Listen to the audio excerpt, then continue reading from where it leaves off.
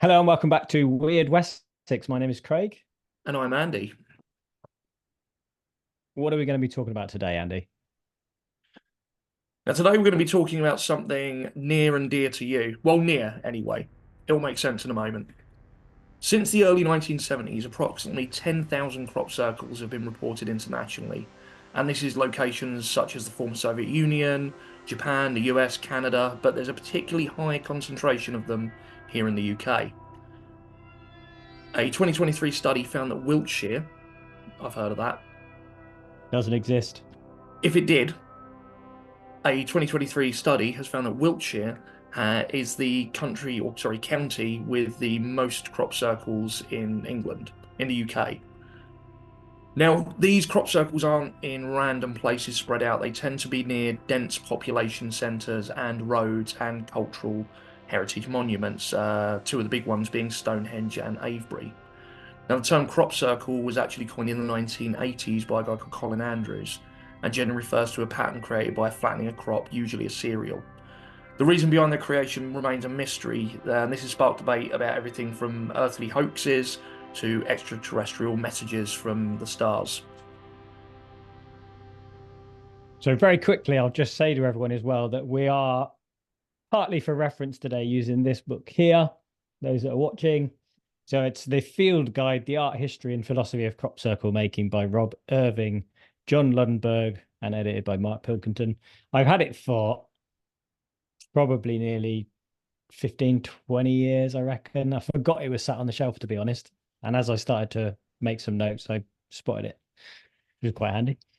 Nice. Well, Yeah, I mean, you are in Crop Circle County, so yeah, I am. In fact, I visited one just last week. I saw. Um, and there was another one that's just cropped up Hey, just by the car park to the Stonehenge Visitor Centre, funnily enough, fantastic. which I'm hoping to go and visit at some point before it goes away. But it's been a bit wet, so I can't really be bothered to walk through the crops in the rain. I'm a fair weather crop circler. If I manage to get there, I'll take some pickies for you. Yeah. So I went to see one the other day or the other week. It was at Wilton Windmill. It's about half an hour from me. And that one I discovered whilst doing my research for this. And I thought, oh, I should probably go out and see that. So I Glad you did. did. Yeah. But yeah, I mean, crop circles have always captivated me. Whether they're human, extraterrestrial visitors, or even the devil himself, which we'll come back to. But yeah, like you say, because I live in Wiltshire, it's a bit of a hotspot for them. So we're quite lucky. So we've visited quite a few over the years.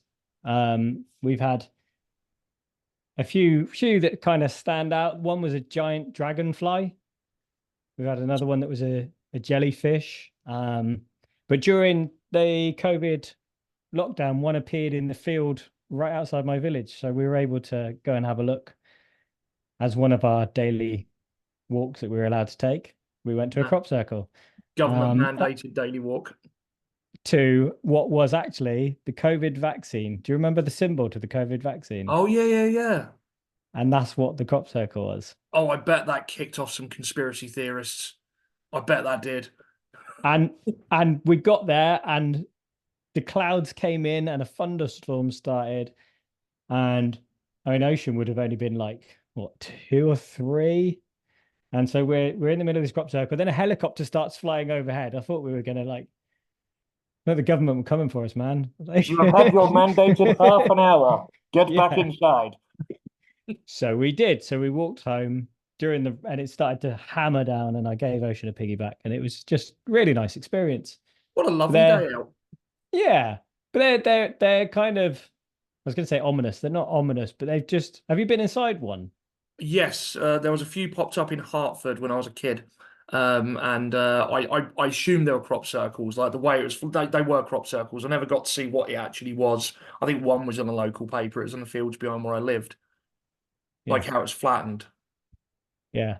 I mean, you do sometimes get small circles that deer and stuff flatten, don't you, as well? That look. These were big circles. These were big circles, Yeah, like a good like 20, 30 feet across, and then like pathways going out of them at regular.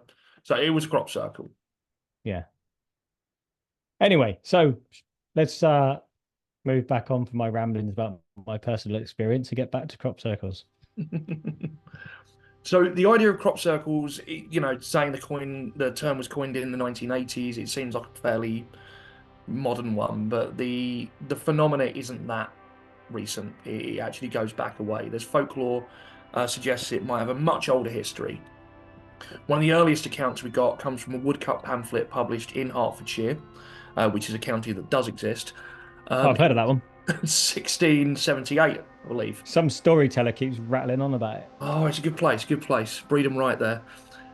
It tells a captivating tale of a stubborn farmer who, refusing to pay a fair wage to a labourer, angrily declares that he'd rather have the devil mow his field. The next morning, the field is found to be eerily perfectly mowed in a way that no mortal man was able to do.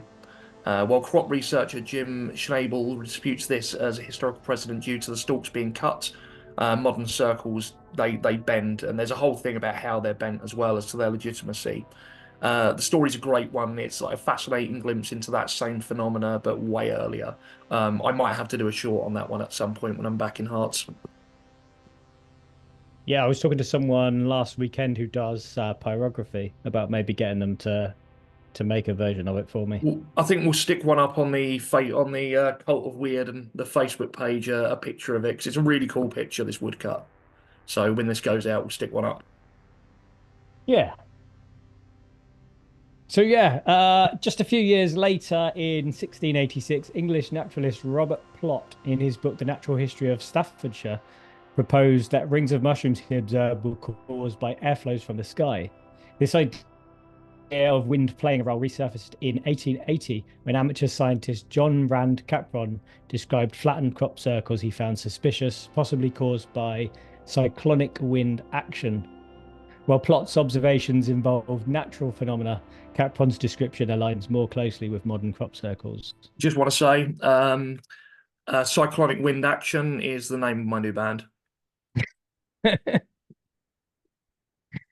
You know, all these names you keep coming out with, you're going to actually start a band at some point. You can't just have a name. One day. You could just get a new T-shirt made every time you come up with a new one. Absolutely. Just pretend it's in like the classic metal script. You'll find no one will know what it says, which is the proper black metal script. But yeah, you'll find all these on our shop. So, in 1948. The German story Die Zwölf The 12 Swans, provides a fascinating link between folklore and crop circles. It tells the tale of a farmer plagued by mysterious circles of flattened grain each morning. The solution, however, lies not in extraterrestrials or wind, but in a fantastical dance performed by 12 princesses disguised as swans. I like that. Now, the connection between UFO sightings and crop circles emerged quite early on. In 1952, a reported UFO in Lamont in Missouri, a mysterious 16-foot ring of dehydrated vegetation, which is fairly unusual when you think of crop circles now, was discovered. So it was in a circle, but it was just dehydrated. It just wilted. Just 2 years later, in La Roche-Brenhill, France, a similar phenomena occurred. A 12-foot ring of ash-like substance appeared following reports of a glowing object landing. Close to home in 1954, Somerset resident Nigel Frapple, it's a wicked name by the way, reported a close encounter while cycling home. He claimed to see a large 50-foot metallic object hovering over a field. The next morning, accompanied by a reporter, he found a flattened and scorched patch of ground measuring over 100 feet across. Then in 1963, a bizarre scene unfolded in a potato field in Charlton near Shaftesbury in Dorset. You heard of that? I have heard of Shaftesbury. I think we should go there sometime. A farmer discovered an 8-foot crater, fueling speculation of a UFO landing by an Australian named Dr. Robert J. Randall, claiming to be a rocket scientist from Woomera, an Australian defence-owned test range. The story drew the attention of the prominent astronomer Patrick Moore. And Patrick, due to his past bomb disposal experience in the RAF, was one of the few granted unrestricted access to the site, which was initially guarded by bomb disposal experts fearing a hidden bomb. A policeman on site reported that night before, he'd seen a glowing ball of orange light descend into the field. While the official explanation attributed the crater to a meteorite, Patrick found the flattened wheat fields in the vicinity more intriguing. These formations, including circular, elliptical, and even spirally flattened areas, showed no ground depression and might have been caused by air currents from the impact, as they all pointed towards the crater. Astronomer Hugh Ernest Butler had observed similar craters elsewhere and attributed them to lightning strikes. And as a little side note, Woomera later disclaimed any knowledge of Dr. Randall, although he did later produce a report that also claimed he'd met and had a long conversation with a pilot named Stephen X, I think that is, from a grounded Uranian saucer. Stephen X, maybe. I'm sorry to our Uranian listeners. I think, yeah, it's let's move on from Uranus.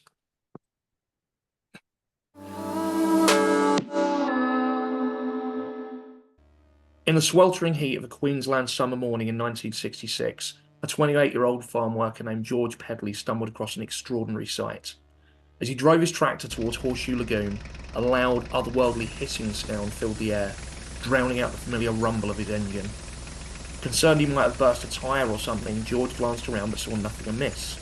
Then, above the trees, a sight caught his eye. A grey saucer-shaped object roughly the size of a bus, with a convex top and bottom spinning rapidly. Within 30 seconds, the object had tilted sharply and sped off into the sky. Intrigued, he steered his tractor towards the nearby Horseshoe Lagoon to investigate the source of the sound. There he discovered a peculiar sight. A circular area, usually covered in reeds, was now completely bare and barren, measuring roughly 30 feet across. The air in the vicinity was also described as having a faint sulphurous odour. Over the next few years, this area became a whole hotspot for UFO sightings and activity, and the appearance of similar circular clearings, later nicknamed nests. Local authorities, the Royal Australian Air Force, the University of Queensland, they all concluded that the formations were probably caused by natural phenomena like downdrafts or what they call willy willies, which is apparently dust devils over there. He said Willy. Moving on from the hilarity of that and Uranus. This explanation aligns with reports of other circular formations, particularly in Australia and Canada during the pre-70s, but they all could be attributed to whirlwinds and things like that. There is one such case in Saskatchewan, Canada, involving a farmer who claimed to witness 5 metallic objects taking off, leaving behind them 5 rings in the grass. Later, 2 more objects departed, creating a neat semicircular pattern. While Billy Meyer in Switzerland reported similar circles, his claims of creation by extraterrestrial beings from the Pleiades cluster remain controversial. He claimed frequent visits by gleaming saucer-shaped craft and presented video and photographic evidence to support his claims. These nests primarily appeared in fields of grass and weeds, exhibiting a neat counterclockwise swirl pattern. Notably, despite his video and photo evidence of the craft, Meyer was never able to record the craft themselves creating the circles. Funny that. So, here in Wessex, we have a similar fascinating case known as the Warminster Thing. We'll delve deeper into that story another time, as I know it's a favourite of yours. We want to cover that in more detail. But for now, I'll just mention that an event occurred a decade later in 1976 on Clay Hill, which is the same Clay Hill linked to a local legend about the devil dumping a sack of rubble down. David Kingston, in this article, The History of Crop Circles, described how he and a group of sky watchers were observing the night sky from Clay Hill when 3 orbs of light began waving around and in between them. Suddenly, one of the orbs swooped down the hillside and vanished into the darkness. As dawn broke, the group noticed a flattened circular area in the wheat field below, precisely where the orb had vanished. It measured 30 feet in diameter and it exhibited a perfectly swirled pattern.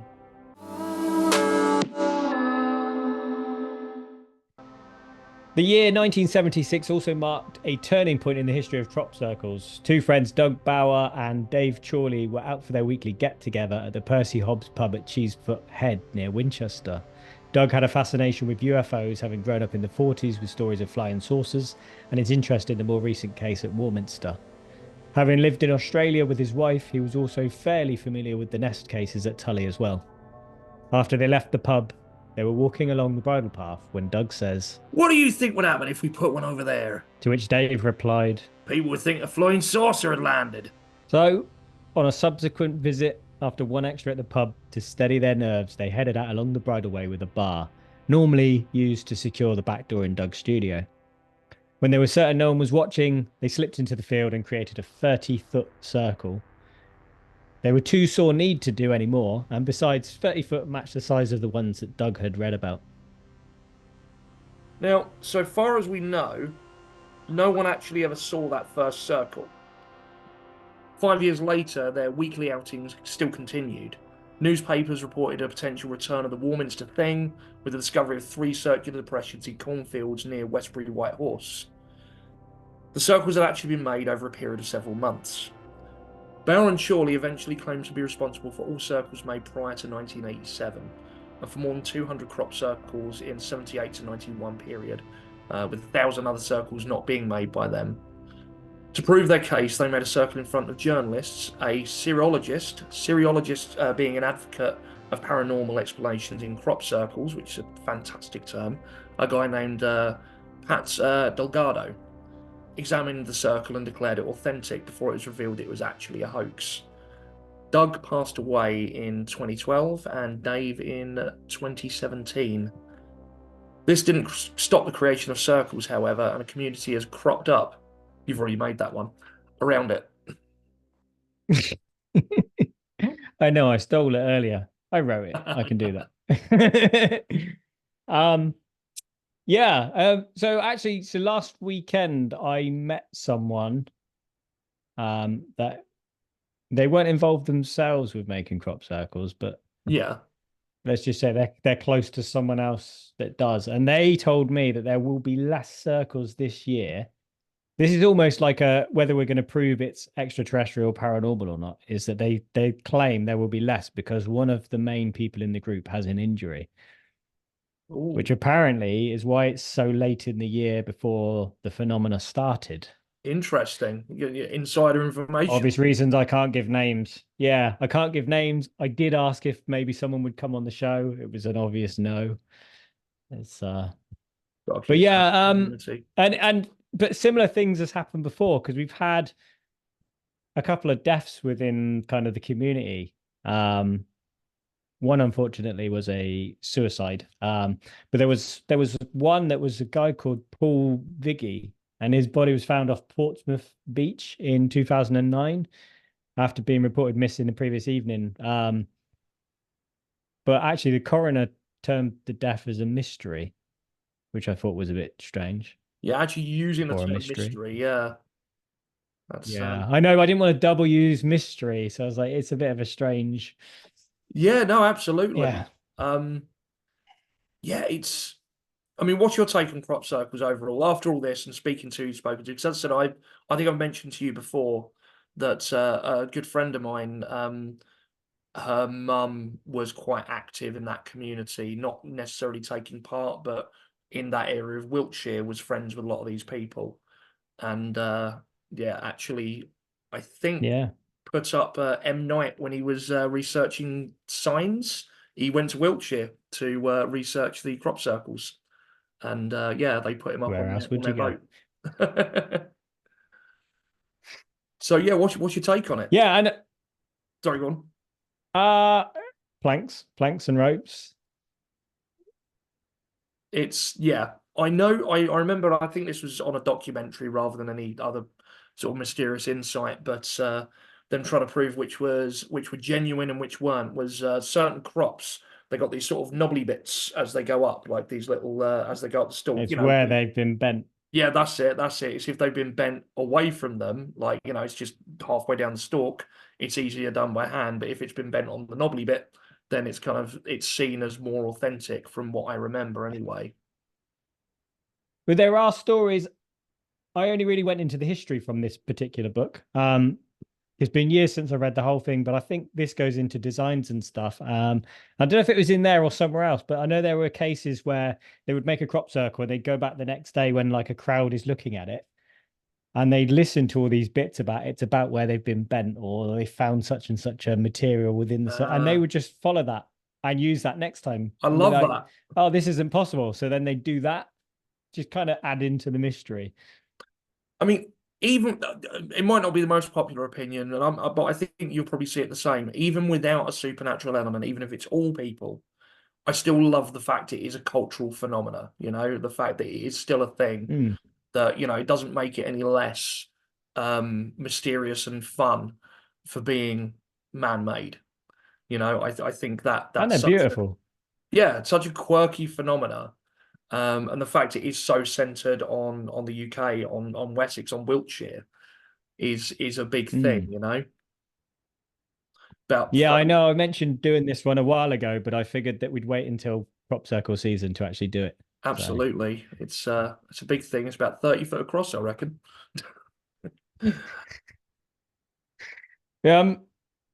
So yeah, I should probably mention as well. There's a really good website if anyone's interested in finding out like where the latest circles are and reports from the circle. There's a website called Crop Circle Connector I use quite a lot, and that's usually got aerial photographs of the most recent discoveries.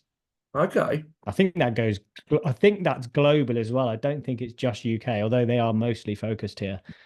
And also I discovered a museum up the road from me. Ooh. A crop circle museum. Field trip. Lift the restraining order. So it's in a place called Honey Street. So it's pretty much opposite. If anyone's heard of the famous Barge Inn, which was a UFO hotspot for a long time when it had previous owners. Rumors were the owners used to pay people to make crop circles because it drew people in. But I don't know. It's just a rumor. I don't know if we put it on the podcast, but Craig has this whole thing about how the X-Files should have restarted, where Mulder is there. I don't know if you mentioned it on the podcast before, but bless him, he was very keen that was how the X-Files reboot should start, with Mulder in the Barge Inn in Wiltshire. When it first came back for those last 2 seasons that they did, that was my idea, was that he should have been away being like on the ground research at the Barge Inn, living in a caravan or something. That would have been awesome. It would have been good. That's my Mulder fanfic. He's written like 362 pages of it. Self-inserted about copyright Wyrd Wessex. Half of that. Yeah, I've emailed the owner of the museum as well. So maybe at some stage we can get them on if they're willing to talk. I gather. So when I went to the museum, there was a guy in there and he said that the owner was away, but he seemed to think they're quite personal. So he didn't think it was likely they would come on, but we'll see. I've sent them an email.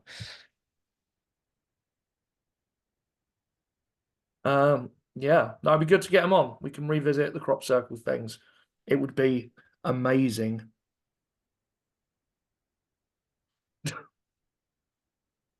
Terrible. I know. These puns keep cropping up. Hey. That's the third time. That's the third time. It's getting corny now.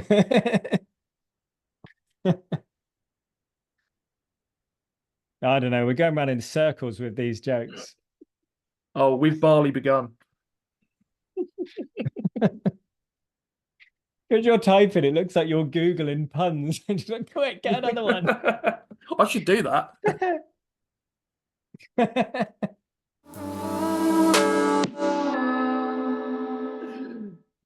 Right, you weirdo, give us some weird news.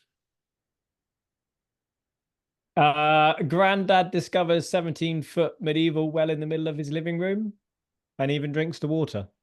How do you miss that? Just walk in one day, fuck me. It's like, what? I'm guessing he was digging. Insert song, diggy diggy ho ho. Digging a hole. So yeah, Granddad Colin Steer has spent the last decade digging out a 17-foot deep medieval well in his living room after noticing a slight dip in the floor when redecorating.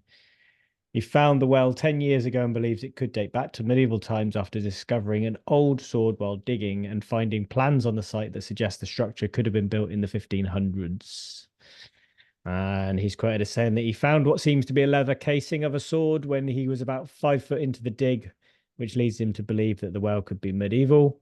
However, it could date back even earlier than that because we have no real way of accurately dating it at the moment. After noticing the depression on his floor, the 70-year-old says that he first thought that someone had buried a dead body under the floor. But yeah, his house was built in 1895. He moved in 88, but never expected there to be something as interesting as this hidden beneath his living room. The hole is currently 17 foot deep, and there is about another 4 or 5 foot that he wants to dig out when he eventually gets round to it, he says. At the bottom of the well, there is about 4 foot of water. So everything that I dig out now will be wet and mucky stuff.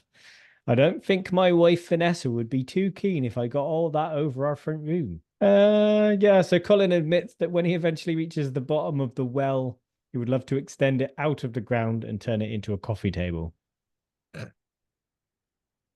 All Thinks that it for a would make a coffee great table. feature. Yep. Still not really sure why there's a well there, he says. We're looking at old maps to try and work out its origin, but we've had no luck.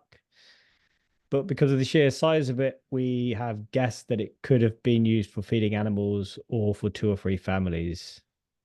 It says, since I began digging out the well, I found a coin from 1725. Yeah, I mean, that's about it, really. Yeah, which is a good time to mention, actually. So someone posted up on our Facebook group. I don't know if you knew, Andy, we've got a Facebook group called The Cult of the Weird. Is that the one you banned me from? Yeah, that's it. Yeah, that's what I've heard of it, but I'm not allowed in. If anyone's Yeah. seen me admitting to the cult, then it's not me. It's actually Craig wearing a wig using my Facebook account. So Edwin Deddy? Yes. Sorry, Edwin. He's posted up an article. I haven't read it yet, but it's 7 Wiltshire wells and their folklore. We need to visit So some. we should probably look into doing that as an episode, I reckon. I think so. I love, you know what? That's one of the first ones I wanted to do, actually, thinking about when we were first talking about this was sacred wells and things like that. Because, I mean, we always think of them in sort of Wales and Scotland and like far off. You get them everywhere. I mean, there's one in like literally in between, like just outside of Hertford, near where I grew up, that's like attributed to be a sacred well. Some of them are just like a little bit of groundwater. Some are proper, you got cluties hanging off trees and stuff and all sorts. Yeah, there's a few I can think of round by us. And we mentioned one before was when we talked about the Pennell Poltergeist. We were saying that there used to be the well that the beer company used to Yes. take their water from, and now it's possessed by a poltergeist. As I said, there's a few good sacred wells around. There's one in Glastonbury, well, there's 2 in Glastonbury that I do think we need to visit at some point, but that's for a later episode. Oh, I suppose I've got to find some weird have news. you got any weird news? Yes. Get on Google. All right. The Daily no, not this time. The Daily Star. Pop icon. It's an upgrade. It is.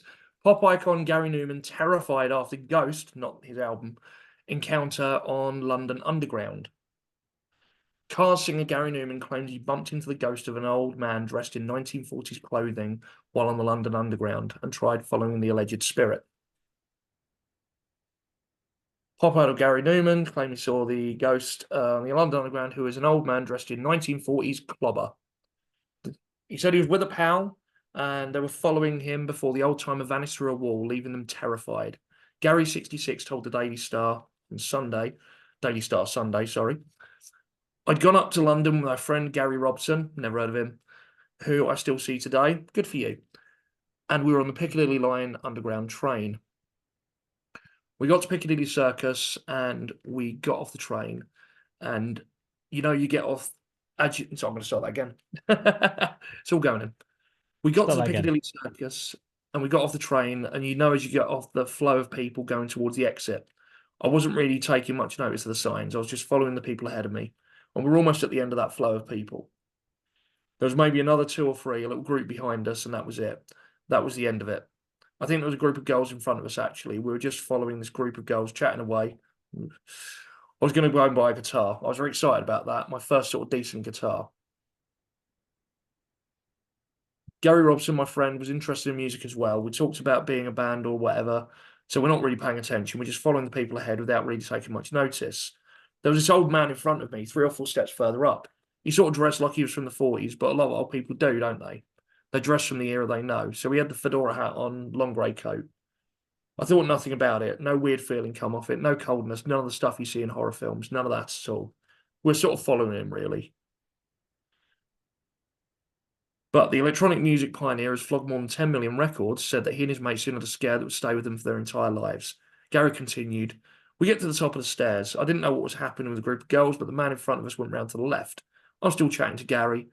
We're looking sort of sideways at each other, keeping an eye. We follow him around to the left as well, went about 6 feet, 10 feet, and then there's nothing there. It's one of those tunnels that's been blocked up. I think back in the war, maybe, I don't know. But it didn't go anywhere. It was sealed off tunnel, and clearly it had been forever with dirty tiles or whatever. I stopped. For the first few seconds, I couldn't figure out what happened. I thought there must be a door or a way to go through. The man went, but there wasn't. And so I said to Gary, "Will you follow that old man?" And he went, "Yeah, where'd he go?" And there was sort of a couple of seconds again, we both sort of just stood there looking at each other, trying to figure it out. And you realise that he isn't anywhere that he could have gone. Nowhere. The showman, real name Gary Webb, admitted that he and his friend found themselves alone and terrified before doing a runner. We both saw him. We both followed him. Now, by the time this happened, we stood there and thought about it, and a few people that were behind us had gone the correct way. They'd gone off where they're going. So we're on our own in the stub of a tunnel, totally freaked out now, really, really frightened. He must have gone through the wall. He just vanished. This man has vanished. We both followed him. And because we both saw it, we both had that backup, we did see it. If I'd been on my own, eventually you convince yourself I must have been mistaken. I must have been daydreaming or whatever. But ultimately, you'll probably just dismiss it over time and the fact that we were both there and both saw it and still talk about it to this day, We know what we saw. But now you're frightened, and now you're like, that must have been a ghost. And now there's no one else, it's just us. So we ran. We looked for the exit, legged it, caught up with the people that had been on the train with us. Yeah, really weird, frightening experience. And that is it. So, yeah, they pretty much copied the conversation word for word by the sounds of it.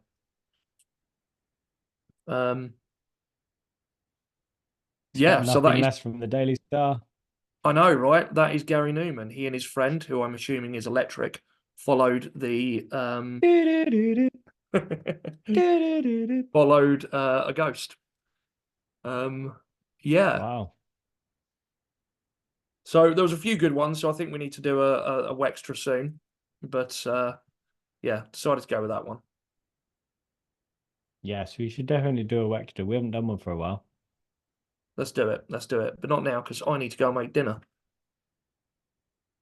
I've had mine. Oh, lucky you. That is about it from us. Thank you once again for tuning in. Craig, do the socials bit. Do the socials bit.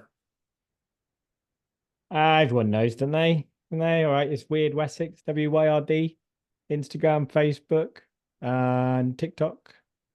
And you can buy our merch on our Redbubble store. Although no one has yet, might I add. The only person that's ever bought merch is Andy. Don't leave me alone here with my single solitary Wyrd Wessex t-shirt. It's a good shirt. Offend everyone with a dude with a willy out. Or don't. We've actually got one now with the maple leaf, haven't we? With the maple leaf, with fig leaf.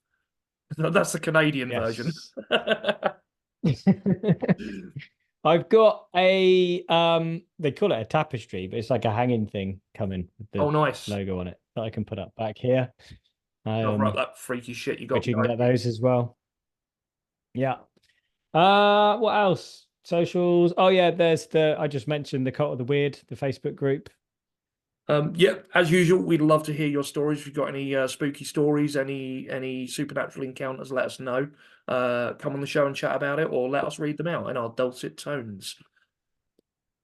I think that's about it. Yep. Until next time, stay weird.